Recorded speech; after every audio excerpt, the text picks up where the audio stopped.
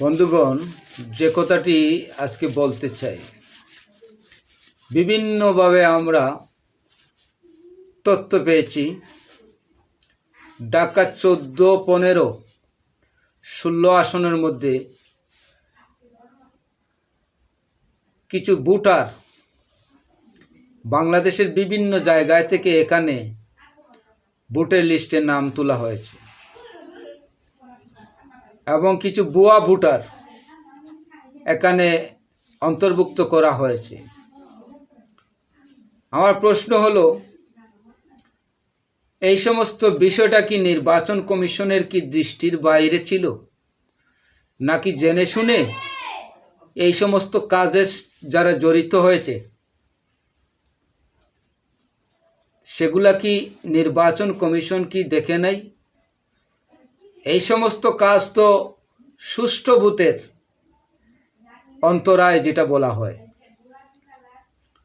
বাংলাদেশের রাজনীতিতে নতুন একটি কথা আসছে। এই কথাটি হলো, বাংলাদেশের প্রত্যেকটি মানুষের মুখে মুখে এখন একটি মাত্র শব্দ, সেটা হচ্ছে ভুয়া ভোটার। এখন ভুয়া ভোটার তালিকাভুক্ত করা হয়েছে। নির্বাচন কমিশন এই 1.5 বছর কি কাজ করেছে? শুধু কি নির্বাচন পরিচালনার জন্য ক্রয় করেছে এবং সরকারের কাছ থেকে অর্থ বরাদ্দ চেয়েছে, সেই কাজটাই কি করেছে? আমরা দেখেছি তার যথেষ্ট পরিমাণ ব্যর্থতার অভিযোগ পাওয়া যাচ্ছে। নির্বাচন নিয়ে যথেষ্ট পরিমাণ সন্দেহ আছে এই বাংলাদেশে। যেমন আমি ব্যক্তিগতভাবে সন্দেহ পোষণ করছি। আমার বাড়ি যদি রাজশাহী হয়, আমি কিভাবে ঢাকা সিটিতে ভোটার হব? আমার বাড়ি যদি রংপুরে হয়, আমি কিভাবে ঢাকা সিটিতে ভোটার হব? আমার বাড়ি যদি পঞ্চগড়ে হয়, আমি কিভাবে ঢাকা সিটিতে ভোটার হব? কিছু ভুয়া ভোটার এখানে যোগ করা হয়েছে। কি উদ্দেশ্যে? যে উদ্দেশ্যটা নিয়ে করা হয়েছে সেটা আজকে আমি আলোচনা করতে চাই। কারণ ঢাকার সিটির ভিতরে, ঢাকা জেলার ভিতরে একটি মাত্র আসনও জামাতে ইসলাম পায় না।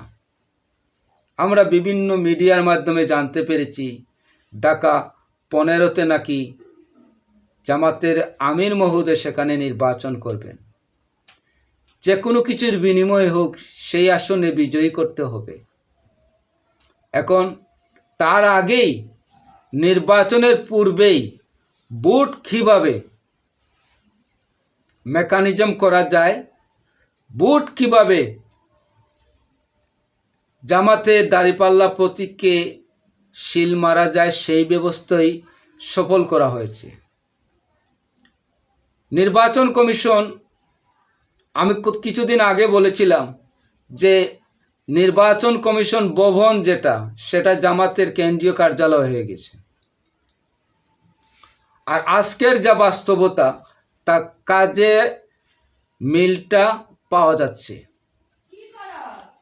অনেক রাজনৈতিক বিশ্লেষকরা এ বিষয়ে মাথা হেড হয়ে গেছে, মাথায় নষ্ট। কারণটা কি? কুমিল্লার ভোটার ঢাকা 15তে ভোট লিস্টে নাম, রাজশাহীর ভোটার ঢাকা 15তে নাম। এটা কিসের আলামত?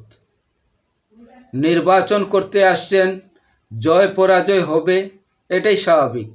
পরাজয় হলেও মানতে হবে, বিজয়ী হলেও মানতে হবে। নির্বাচনে হাড্ডাহাড্ডি লড়াই হবে, কে হারবে কে জিতবে সেটা ভিন্ন বিষয়।